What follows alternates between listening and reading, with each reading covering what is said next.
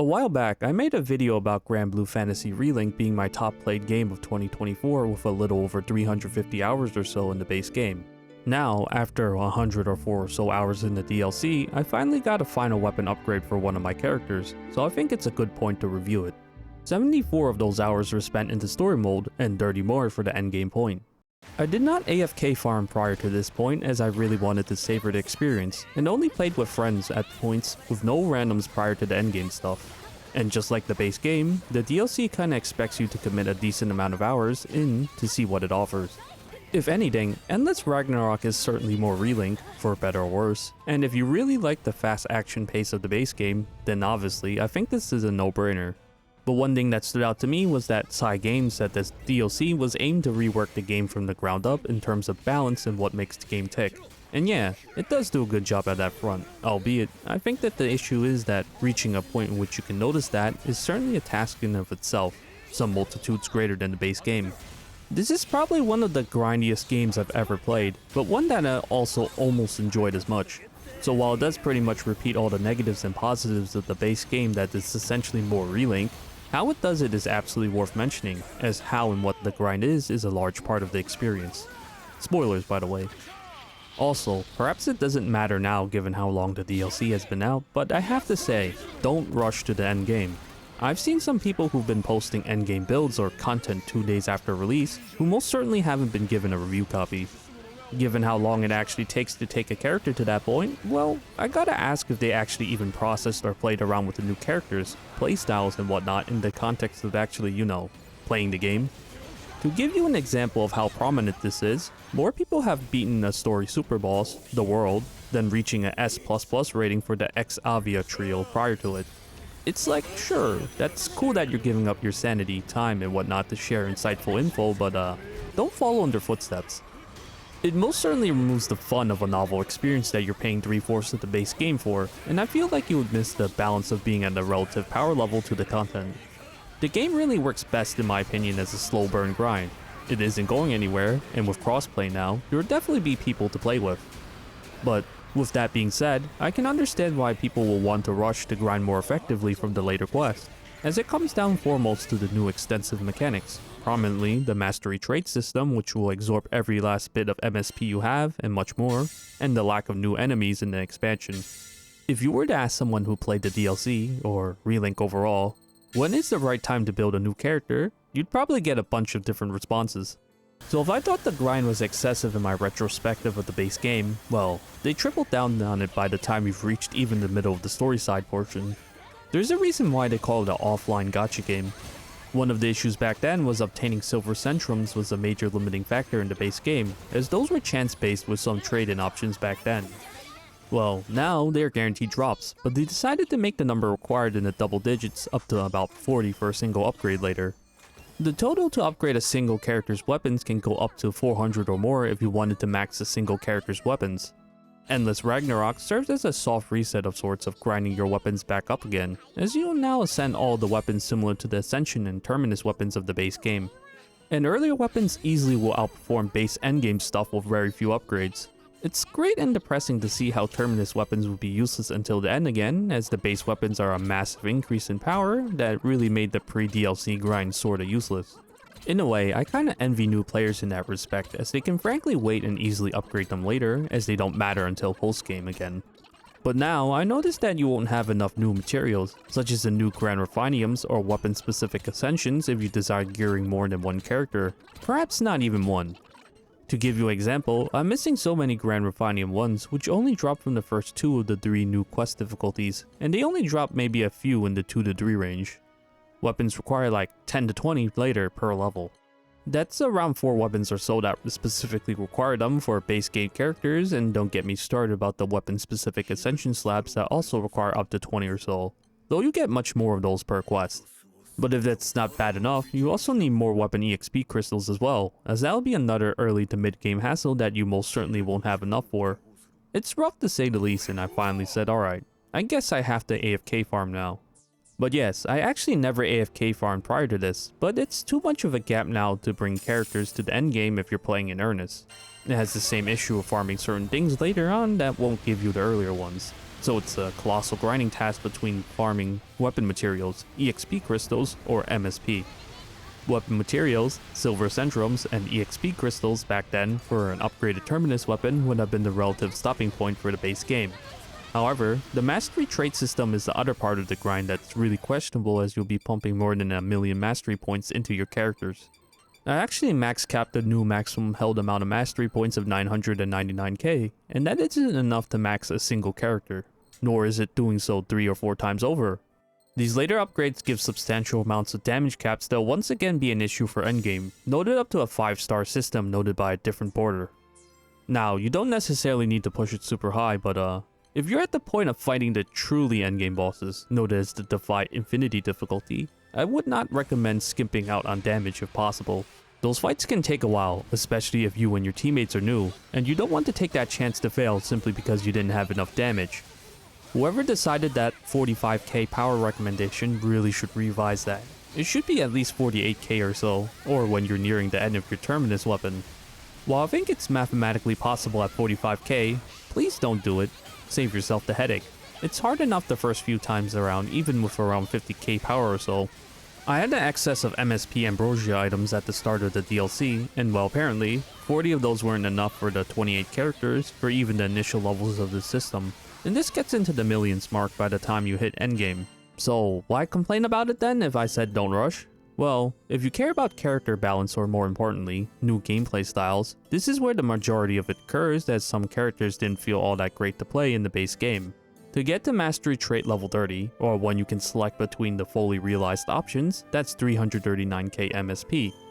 Quests give an average of like 2 to 10k MSP for non-MSP farm quest, or the effortful end stuff that gives around 30 to 100k, so yeah. That's not too bad given that you can also sell summons for MSP, but still fairly tedious if you're like me and wanted to level your characters a bit in the early moments of the last difficulty. However, to get the mastery trait 50 Mark 5, you need a total of 3.3 million MSP.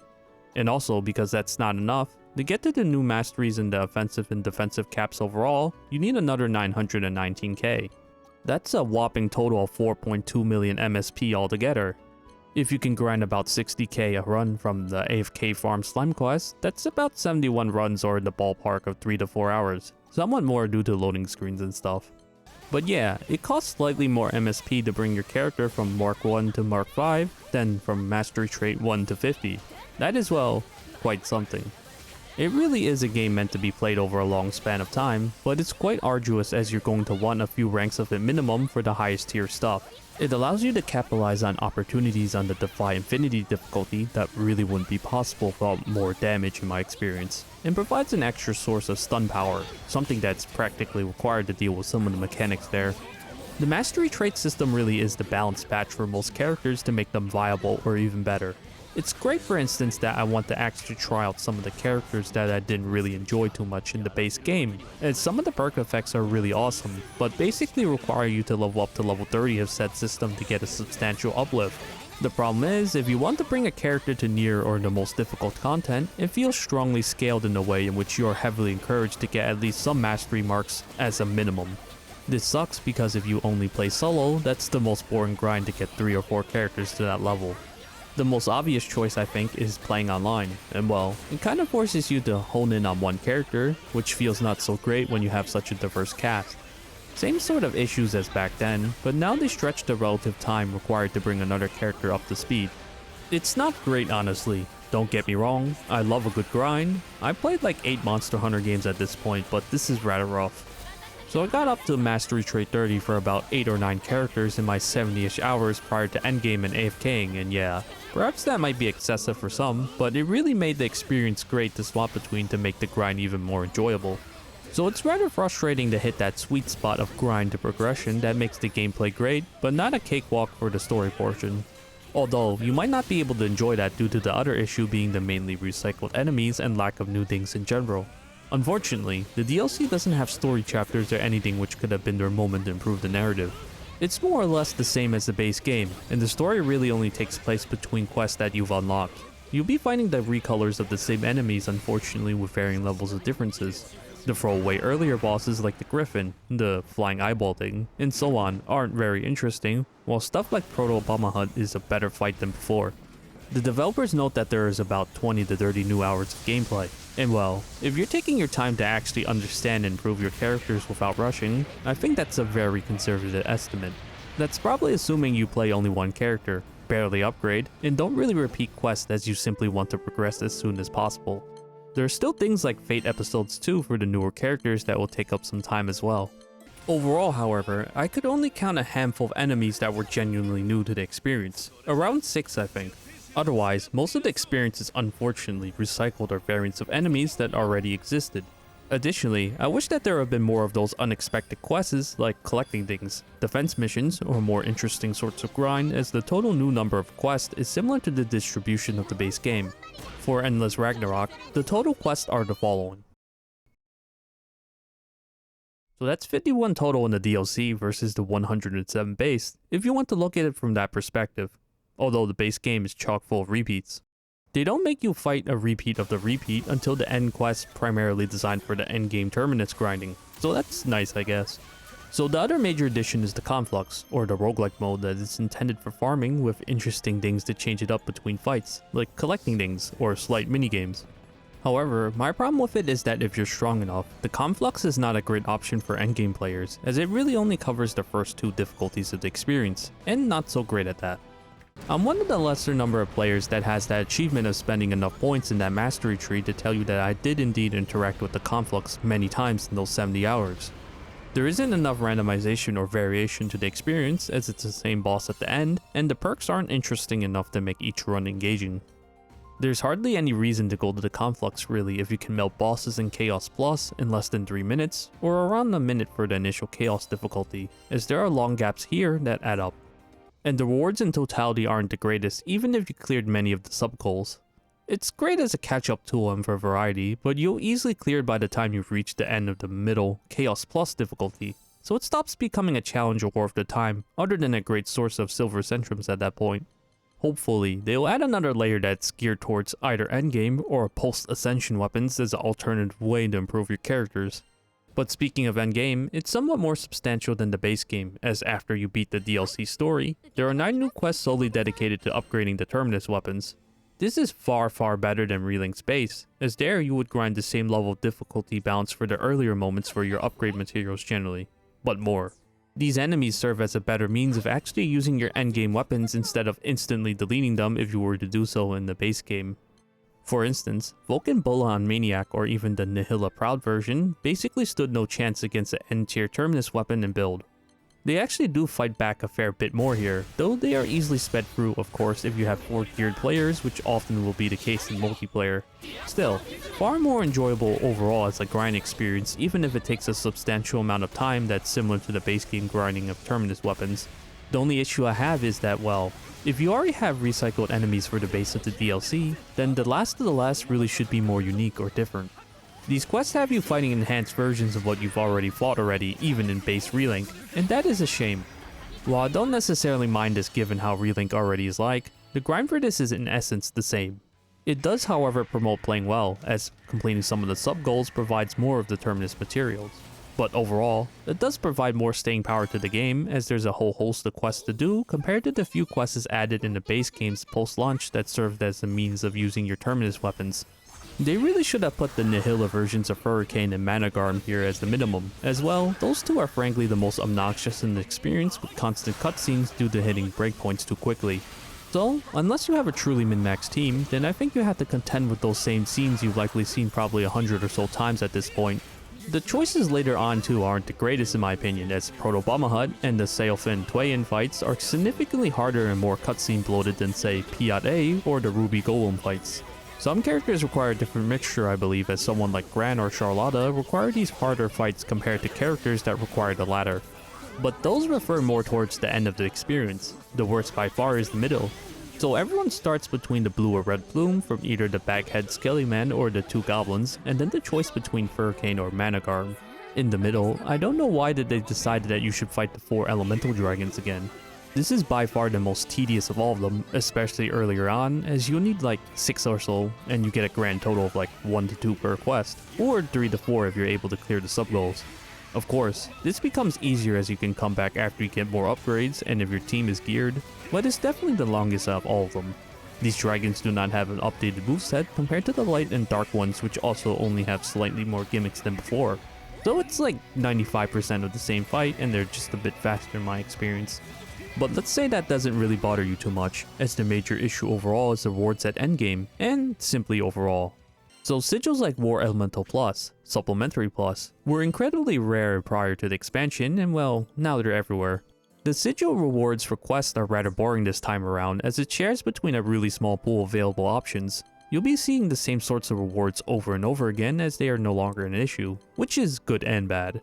It would have been far more interesting if they had more sigils overall to promote more different gameplay styles. If only certain quests would drop them to make quests more relevant to make grinding more interesting. But everyone can get the good stuff now at least.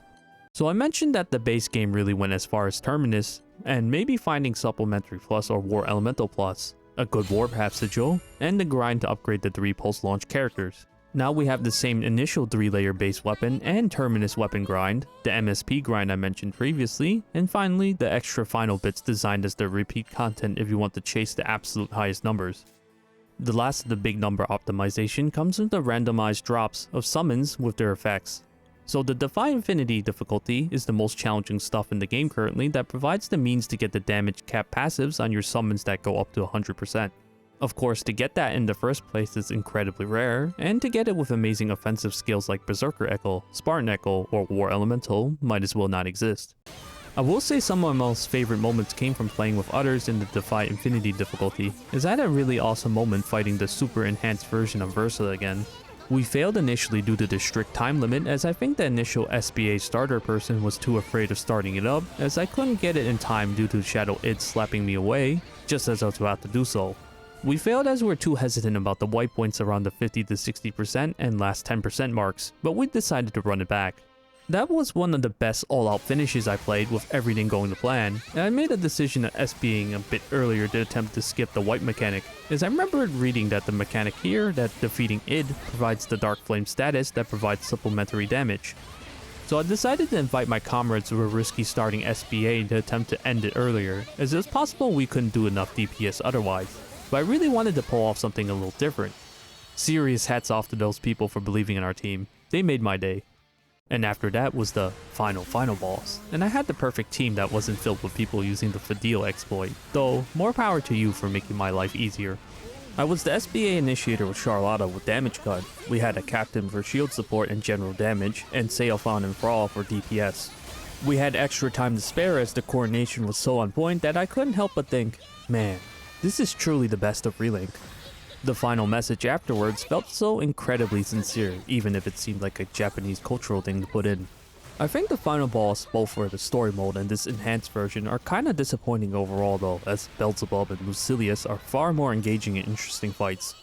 Although it seems like I'm heavily criticizing the DLC overall, it's definitely out of love, and Endless Ragnarok by far is a better, if shorter, burst of what makes Relink amazing. And also because it basically took less than 2 years to come out for what will keep me entertained for a long time to come.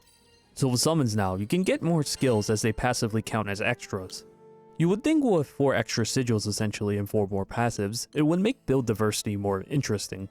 We have weapon imbuing from the base game to make builds as a way to slot skills that you perhaps otherwise couldn't fit, or could optimize based on what you have, and this serves similarly at first. But that falls off once again in the endgame with very specific builds. Particularly, all characters have perks after mastery trait level 30 that incentivize you using basic sigils for extra damage caps, and support or defense ones for extra defense.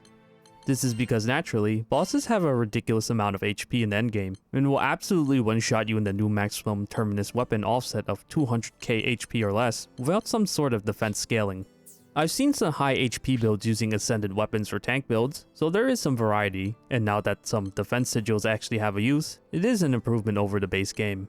Though the problem is that new sigils like Fatebreaker, Celestial Lumen, Terra, and so on provide extra caps and extra damage dealt as an after calculation after damage cap. They are so incredibly beneficial that it basically invalidates older ones such as Tyranny or any attack boosting sigils of the past. To add on to that, Terminus weapons provide so much attack that the problem solely becomes ways to increase your damage caps or pulse damage afterwards. It does breathe life into older stuff like dodge and guard payback now that plus attack percentage scaling buffs are pulse calculations and skills are useful again, but those scale less than getting something like extra damage caps or a flat 10% damage dealt. What you'll see is that endgame builds are generally just as, or actually more restrictive than ever, unfortunately. Of course, you don't have to play by these sorts of limitations, but still, there seems to be the same sort of issues as Relink's base endgame if you're looking for some sort of damage optimization. I would have expected more interesting builds that perhaps can achieve similar damage outputs, but with more varied gameplay devised ways to reach it. For instance, Monster Hunter Rise, Sunbreak's builds are great as they often become, what sort of gameplay niche do you want to achieve your damage?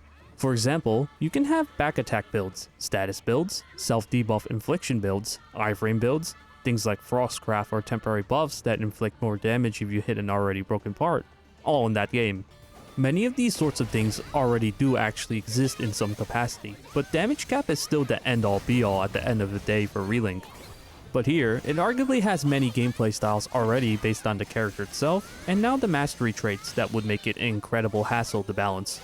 The emphasis on damage cap was already there, I suppose, so they might as well hone in on it, but hopefully this can be a lesson for the future.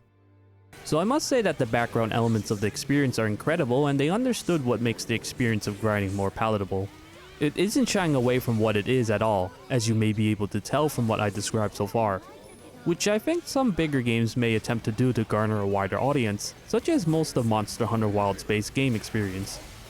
For instance, with the DLC update, they chopped down all the boss intros, and also made it so repeating quests automatically opens any of the chests as to save you some of the unnecessary busywork. This likely also has to do with the new Primal Burst Skybound arts that has an additional animation and attack that eats up somewhat more time. It's balanced quite well into the experience and makes it the better choice over the 2-in-2 SBAing that would be common in the base game to eke out a little more DPS. I also really like the slight improvements to character banter with portraits when they complement your 6 skills. Though that might affect visibility, now you can change other players' battle effect intensity and their damage numbers off now. They've also adjusted some effects overall, though it still really is overwhelming regardless with 4 players. But so many background considerations have been made if you've read their patch notes. Or how certain items have been expanded beyond the base 999, though I think that they should still work on that and the number of sigils that you can hold. Additionally, the summons. I don't think they're all that interesting, unfortunately, given how you can really only use the 3-cost ones once per quest generally. This is as many of the endgame 3-cost ones provide some of the best sigils and stat bonuses, and also due to how quickly you can clear most of the content. But summons do actually have a great niche purpose. Say you're fighting the light or dark dragon, or super bosses, and don't have enough DPS for their wipe mechanic. The summons actually clear that quite handily in Chaos++, and can be decently clutch in later quests. They even have dialogue too as a nice little bonus for the super boss ones and Roland and Lilith. Also, the enlist system of using someone else's built character as a CPU on your team is hands down one of the best things they added in the game. Not only is it great for solo play that allows you to keep some materials so you don't have to grind out gear for a team of 4, but also because it gives you some ideas of how to build your characters, assuming they aren't CPU builds. You can see what sort of sigils they're running, as it provides pointers on how to optimize and whatnot, and most importantly, is available in-game. Resources for this game are all over the place, and sometimes can be character specific, so it's nice that you don't have to pull up other resources elsewhere in some situations. And the music. I don't think much of the other reviews bring it up from the much larger outlets, but the music is once again really amazing. I'm astounded by the variety and even the fact that most of the recycled fights have new music to accompany the battles that really gives the idea of a new experience. It helps supplement the lack of content a bit and is much welcomed as the super bosses, their mechanics, and how they are expressed is really well developed through the music. Perhaps not the new Slime MSP quest one, as I've heard that one too many times and would rather not at this point. But yeah, the composers have done it once again, if not better. A minor complaint I have, and it's definitely nitpicking, is that the Switch 2 version of the game actually has DLSS tech for upscaling and technically is a sort of anti-aliasing overall. As you can see with the rather sparse amount of changeable settings for this game, it's rather disappointing as upscaling isn't available elsewhere. Oh well though, I wouldn't really expect more scalable settings at this stage of the game's lifespan, frankly. So, the only other thing I want to criticize about the DLC is the lack of new areas. The new fall season temple was such a tease for it only to be a battle map. If they could have done anything to solidify that sense of a new, fresh, or expanded experience, then a new hub area would have easily been it. It's the reason why it's a tried and true thing in the Monster Hunter games when they have their expansions. It really hones in on that sense of a new adventure in a new place, a new chapter. It would have made this story more interesting as well, and meeting some of the new characters feel more natural. And would have helped me find more treasure boxes for fortitude crystals cycled between quests. But no, in all seriousness, a new hub area would have helped significantly, as most of the game takes place in the same two hub areas, so a fresh coat of paint would have been incredibly beneficial in my opinion. That of course includes more battle arenas as well, as the new ones are really quite small and really just an extended association of the super bosses. Overall, the DLC didn't provide as much of a fantastic impact as the base game for me, and well, how could it? It's a smaller portion of the experience, even if it's meant to extend the total gameplay hours you can expect out of the game overall by around half or so, by their own words. I easily got my money's worth, so while it does pretty much repeat all the negatives and positives of the base game that's essentially more relink, it is more refined where it matters, and that is in the gameplay and grind loop. If the DLC is anything like the base game, we can expect some patches that will nerf some obviously unintended exploits, hopefully better balance this time around, and improvements to the cast of characters that will hopefully make Endless Ragnarok even better. I really hope that the post-launch support will be great given how Relink's post-game updates weren't all that great, but I really want to know what Side Games Osaka are up to with Project Awakening, their Monster Hunter and Dragon's Dogma-like game. It's still going even though it was announced in September of 2018, and apparently it's still alive and kicking according to Famitsu as of July of 2026.